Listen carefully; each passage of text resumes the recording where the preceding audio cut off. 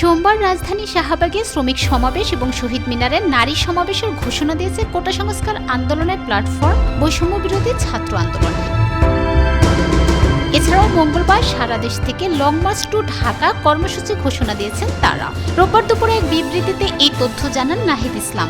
বিবৃতিতে বলা হয়, আগামীকাল ৫ আগস্ট সারা দেশে শহীদ স্মরণে শহীদ হওয়ার স্থানসমূহে শহীদ স্মৃতিফলক উন্মোচন করবে আন্দোলনকারীরা। এছাড়াও ঢাকায় সকাল ১১টায় শাহবাগে শ্রমিক সমাবেশ এবং বিকেল ৫টায় শহীদ মিনারে নারী সমাবেশ করবে আন্দোলনকারীরা। পরশু ৬ আগস্ট কর্মসূচির প্রসঙ্গে নাহিদ ইসলাম জানান, লং মার্চ টু ঢাকা কর্মসূচির অংশ হিসেবে সারা দেশের ছাত্র, নাগরিক, শ্রমিকদের ঢাকায় আসার আহ্বান করা হয়েছে। ঢাকামুখী লং মার্চের জন্য ছাড়তে হবে ক্ষমতা, ঢাকায় আসো জনতার শীর্ষক একটি স্লোগান ঠিক করেছেন আন্দোলনকারীরা। আজ দুপুর ২টায় রাজধানী শাহবাগে জমায়েত হওয়ার ঘোষণা দিয়েছেন আন্দোলনের সমন্বয়করা।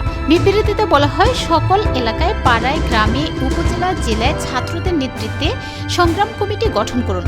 যদি ইন্টারনেট ক্র্যাকডাউন হয়, আমাদেরকে গুম, গ্রেফতার, খুনও করা হয়, যদি ঘোষণা করার কেউ না থাকে, এক দফা দাবিতে সরকার পতন না হওয়া পর্যন্ত সবাই রাজপথ দখলে রাখবেন এবং শান্তিপূর্ণভাবে অসহযোগ আন্দোলন অব্যাহত রাখবেন।